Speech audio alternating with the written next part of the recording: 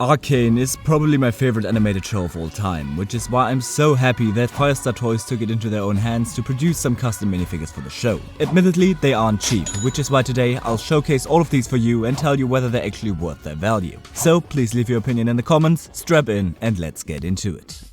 First up, we've got Vi, of course, or as this is called by Firestar Toys, the Fiery Protector. Of all her outfits in the show, this is probably the most iconic one, considering she wore this for almost a whole season. The color scheme is also beautiful here, since the darker colors, especially the red and blue, work really well with the hot pink hair. Now, I don't know how well the camera is picking it up, but you can perhaps tell that these figures look a little different to normal minifigs, since they use a different kind of printing technique. Lego and some high-end custom companies use pad printing, which is higher quality but also more expensive than UV printing, which is used by Firestar Toys and, for example, minifigs.me. Still though, it's such a pretty figure. The detailing around the feet and legs is amazing, and if you listen to me talk about figures, you know I often mention the transitional printing from the legs to the torso a lot, and that is so well done here. It's genuinely seamless, which is so important for the torso print to work, which it also does fantastically. There's so much detail on the jacket, like the patterns on her upper torso, and it even continues onto the back. As you may have seen, there's also arm printing, which culminates in white hands. I get that they are meant to mimic the bandages, but I feel normal, light nougat hands would have been a better fit for this minifig.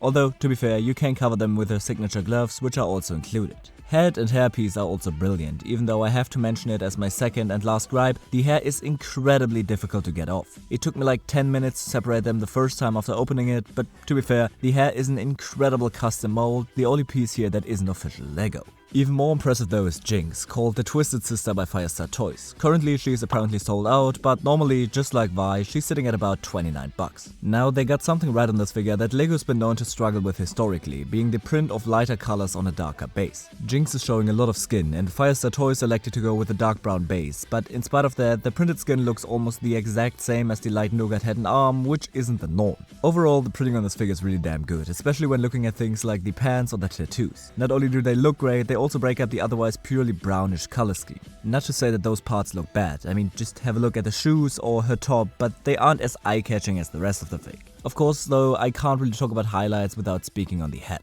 The face print isn't the best in my opinion. Freckles are nice at least, maybe purple lips could have been a nice addition, I'm no expert on that though, but the hair piece is astonishing. It's really long for one, meaning it goes all the way down to her feet. This makes moving her legs to the back basically impossible, but the look becomes all the better. They got the big strand of hair in front correct too, which is the most recognizable part of her hair, but unlike Vi, she said it doesn't come with any accessories, meaning you'll have to get those extra. The exact opposite applies to Jayce, or as Firestar calls him, the Idealistic Innovator. This minifigure is nowhere near as intricate as the others, but it works well enough for a Season 1 look. Now, let me get my grabs with his figures out of the way first. I think the face looks odd. More specifically, I think the mouth is a little too high, which makes it seem like the minifig has a massive chin. Secondly, the boots are weirdly separated, given the lack of printing on top of the feet. I know dual molding is way more expensive and needs to already exist in this color to start with, but it's still something I probably need to mention. Other than that though, this is a really clean figure. The printing apart from his previously mentioned spots is pretty much flawless, with the arms being a particular highlight. The precision printing we have here is just not something we really get from Lego, so even having the smallest details like the insignia on here is a treat. As you may have seen, he's also got some fabric around his waist, given that in the show he's wearing a jacket that extends further down his back. In my opinion, it looks a bit weird. In contrast to Jinx though, Jayce actually had a pretty big accessory being his hammer.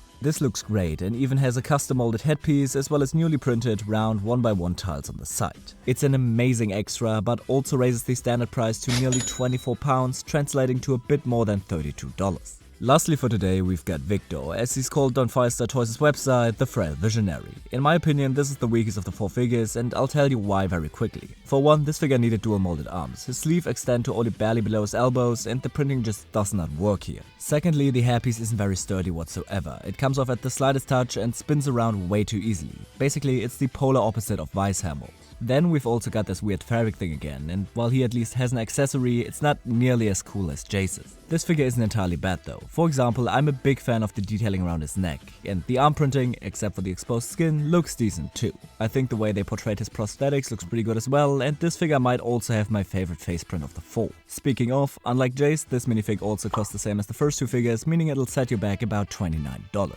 Now, are these figures worth it? I think so. They are expensive, I don't want to lie about that, and these figures definitely differ in quality. Jinx and Vi are by far the best, and if you can only afford one, get one of these. But if you've got a bit more to spare, you can also get their double pack. There's actually another figure, Silco, which I reviewed in my latest short, but for more proper custom figure reviews, check out my video on minifigs.me's Devil of New York minifig on screen right now, and until next time, goodbye.